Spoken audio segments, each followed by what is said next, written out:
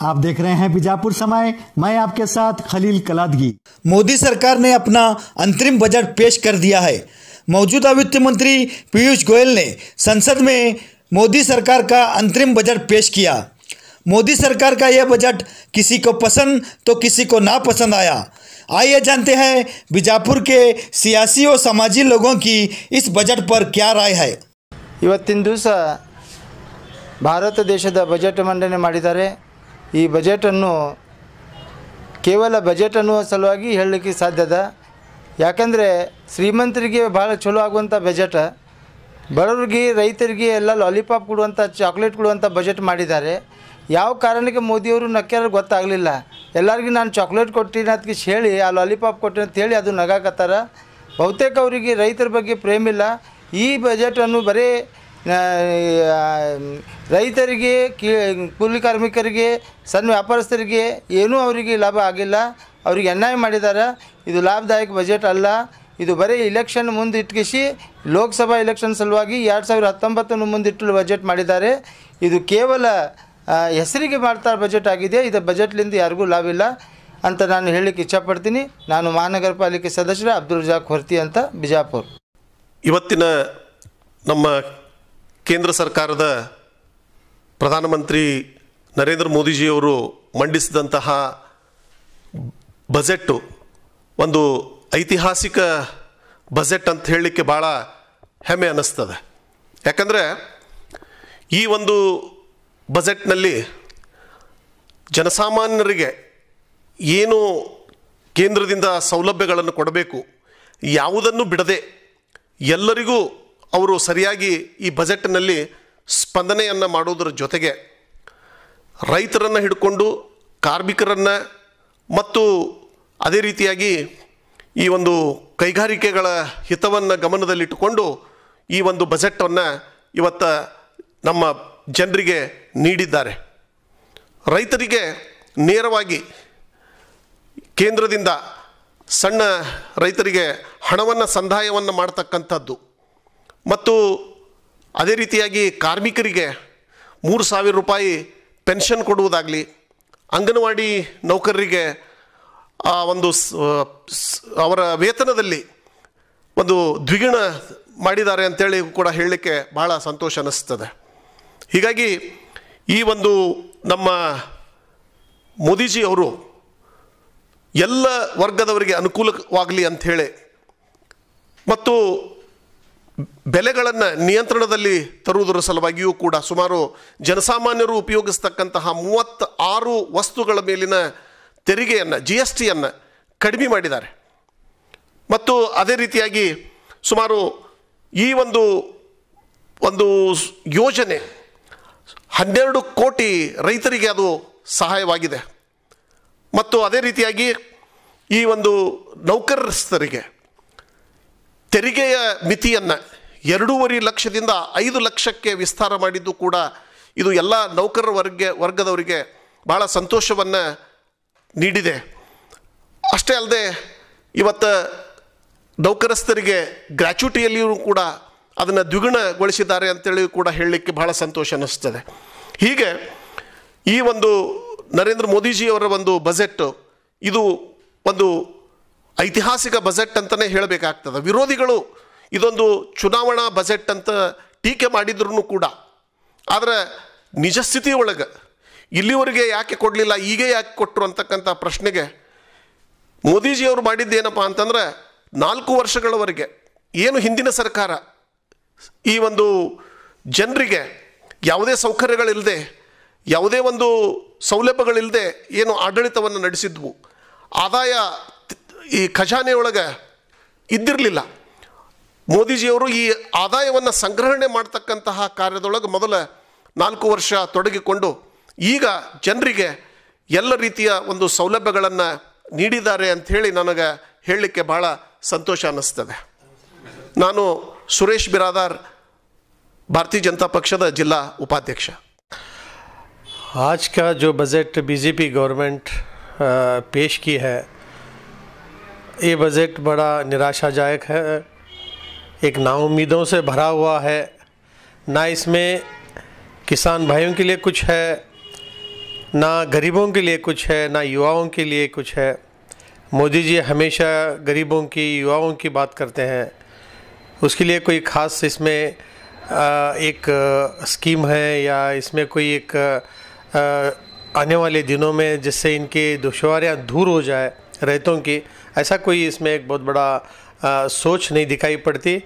और जहाँ तक सवाल है इनकम टैक्स के स्लैब का, वो तो एक कुछ हद तक मिडिल क्लास लोगों के लिए हेल्प होगा, लेकिन गरीबों का हालत वहाँ पे रुक गई।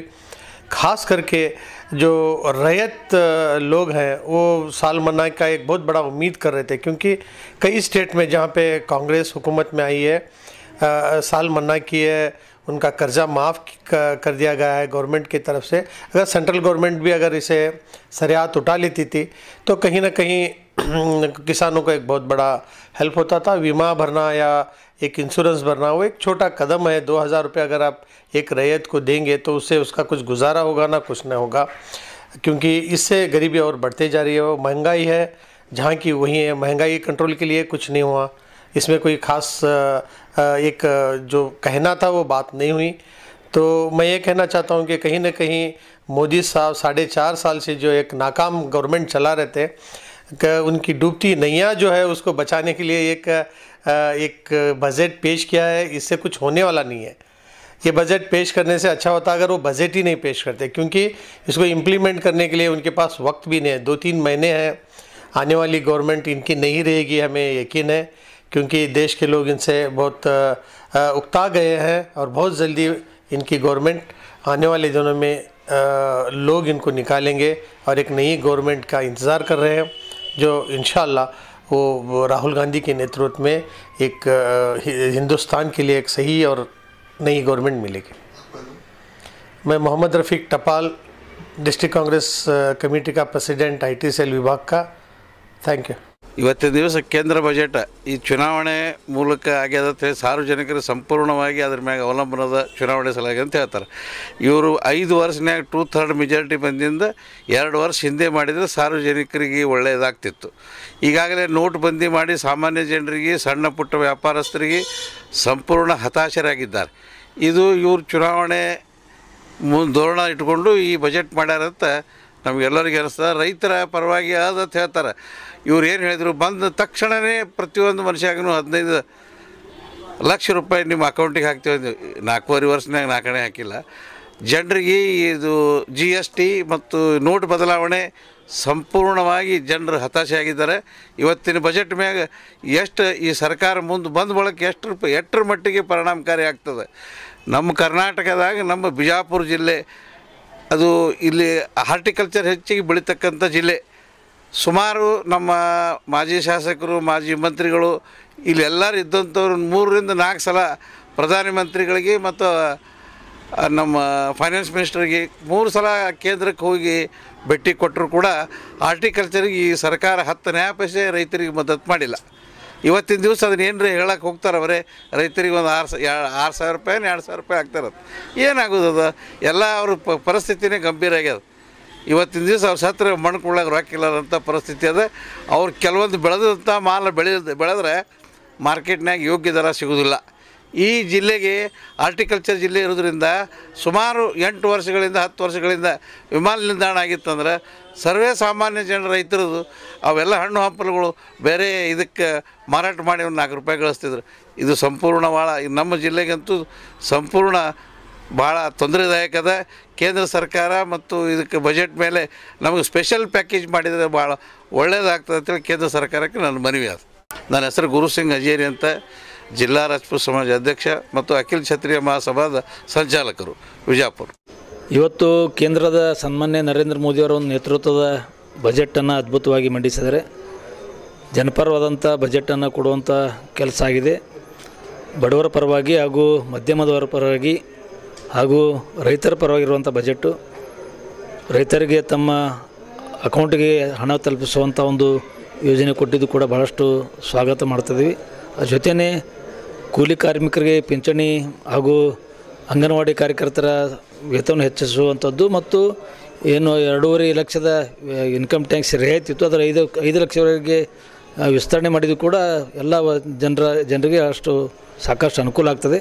ಅದಕ್ಕೆ ಈ ಬಜೆಟನ್ನು ನಾನು ಹರ್ಷಪೂರ್ವಕವಾಗಿ ಸ್ವಾಗತವನ್ನು ಮಾಡ್ತದೆ.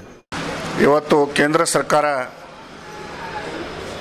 ಮೋದಿಯವರು ಮತ್ತು ಪಿಯೂಷ್ ಗೋಯಲ್ ಅವರು ಏನು ಕೇಂದ್ರ ಸರ್ಕಾರದ ಬಜೆಟನ್ನು ಏನು ಇವತ್ತು ದೇಶಕ್ಕೆ ಅರ್ಪಣೆ ಮಾಡಿದ್ದಾರೆ.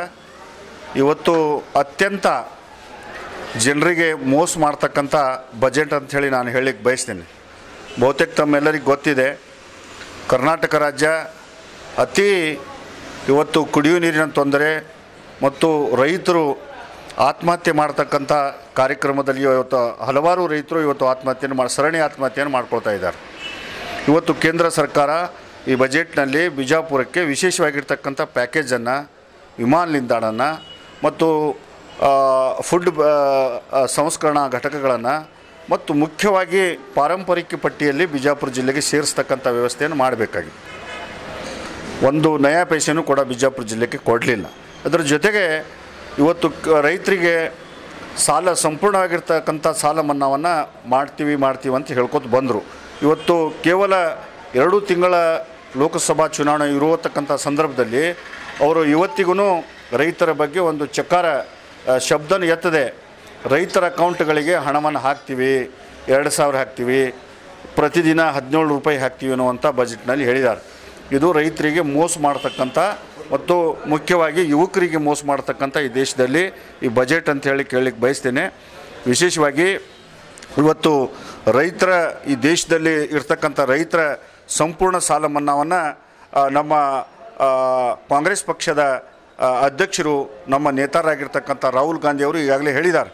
ಈಗಾಗಲೇ ಭಾರತ ದೇಶದಲ್ಲಿ ಇರ್ತಕ್ಕಂಥ ಎಲ್ಲ ರೈತರ ಸಾಲ ಮನ್ನಾವನ್ನು ಸಂಪೂರ್ಣವಾಗಿ ಲೋಕಸಭೆಯಲ್ಲಿ ಮೆಜಾರಿಟಿ ಬಂದರೆ ಖಂಡಿತವಾಗಿ ನಾವು ಸಂಪೂರ್ಣ ಸಾಲ ಮನ್ನಾ ಮಾಡ್ತೇವೆ ಅಂಥೇಳಿ ನಮ್ಮ ನಾಯಕರಾಗಿರ್ತಕ್ಕಂಥ ರಾಹುಲ್ ಗಾಂಧಿ ಅವರೇನು ಹೇಳಿದ್ದಾರೆ ಅದು 100ಕ್ಕೆ 100 ಸತ್ಯ. ನರೇಂದ್ರ ಮೋದಿಯವರು ಬರೀ 4 ವರ್ಷಗಳ ಕಾಲ ಸುಳ್ಳು ಭರವಸೆಗಳನ್ನು ಕೊಡುವುದರ ಮೂಲಕ ಈ ದೇಶದ ಯುವಕರನ್ನು, ರೈತರನ್ನು, ಕಾರ್ಮಿಕರನ್ನು ಮತ್ತು ನೌಕರ ವರ್ಗವನ್ನು ಸಂಪೂರ್ಣವಾಗಿ ಕಡೆಗಣಿಸಿದೆ. ಅವರಿಗೆ ಬರ್ತಕ್ಕಂಥ ಲೋಕಸಭಾ ಚುನಾವಣೆಯಲ್ಲಿ ಇವತ್ತು ನಮ್ಮ ಕಾಂಗ್ರೆಸ್ ಪಕ್ಷಕ್ಕೆ ಎಲ್ಲ ಯುವಕರು, ರೈತರು ಮತವನ್ನು ಹಾಕೋದ್ರ ಮೂಲಕ ಲೋಕಸಭಾ ಅಭ್ಯರ್ಥಿಗೆ ಇವತ್ತು ಕರ್ನಾಟಕ ರಾಜ್ಯದಲ್ಲಿ 28ಕ್ಕೂ 28 ಸ್ಥಾನಗಳು ಇವತ್ತು ಕಾಂಗ್ರೆಸ್ ಗೆದ್ದರೆ ಕೇಂದ್ರದಲ್ಲಿ ಪ್ರಧಾನಮಂತ್ರಿಯಾಗಿ ನಮ್ಮ ರಾಹುಲ್ ಗಾಂಧಿಯವರು ಆಗ್ತಾರೆ ಅಂಥೇಳಿ ನಾನು ಸಂಪೂರ್ಣ ವಿಶ್ವಾಸವನ್ನು ವ್ಯಕ್ತಪಡಿಸ್ತೇನೆ. ಅವರ ಬಜೆಟಿನ ವಿಚಾರಗಳನ್ನು ಯಾರೂ ಸಹ ತಲೆಯಲ್ಲಿ ತಗೋಬಾರ್ದು, ಅದು ಸಂಪೂರ್ಣವಾಗಿರ್ತಕ್ಕಂಥ ಸುಳ್ಳು ಅಂಥೇಳಿ ಹೇಳಲಿಕ್ಕೆ ಬಯಸ್ತೀನಿ. ಅರ್ಜುನ್ ರಾಠೋಡ್, ಜಿಲ್ಲಾ ಪರಿಷತ್ತಿನ ಮಾಜಿ ಅಧ್ಯಕ್ಷರು, ಬಿಜಾಪುರ. ಇವತ್ತಿನ ಕೇಂದ್ರ ಸರ್ಕಾರದ ಬಜೆಟ್ನಲ್ಲಿ ರೈತರ ಪರವಾಗಿ ರೈತರಿಗೆ ಅನುಕೂಲವಾಗುವಂಥ ಬಜೆಟ್ನಲ್ಲಿ ಯೋಜನೆಗಳನ್ನು ಮಂಡಿಸಿದ್ದಾರೆ. ಅಲ್ಲದೆ 12 ಕೋಟಿ ರೈತರಿಗೆ ವಾರ್ಷಿಕ ಡೈರೆಕ್ಟ್ ಇನ್ಕಮ್ 6,000 ರೂಪಾಯಿಗೆ ಸಣ್ಣ ರೈತರಿಗೆ ಅನುಕೂಲ ಆಗುವಂಥ ದೃಷ್ಟಿಯಿಂದ ಈ ಸ್ಕೀಮನ್ನು ಜಾರಿಗೊಳಿಸಲು ಮೋದಿಯವರು ಪ್ರಯತ್ನ ಮಾಡಿದ್ದು ಶ್ಲಾಘನೀಯತೆ.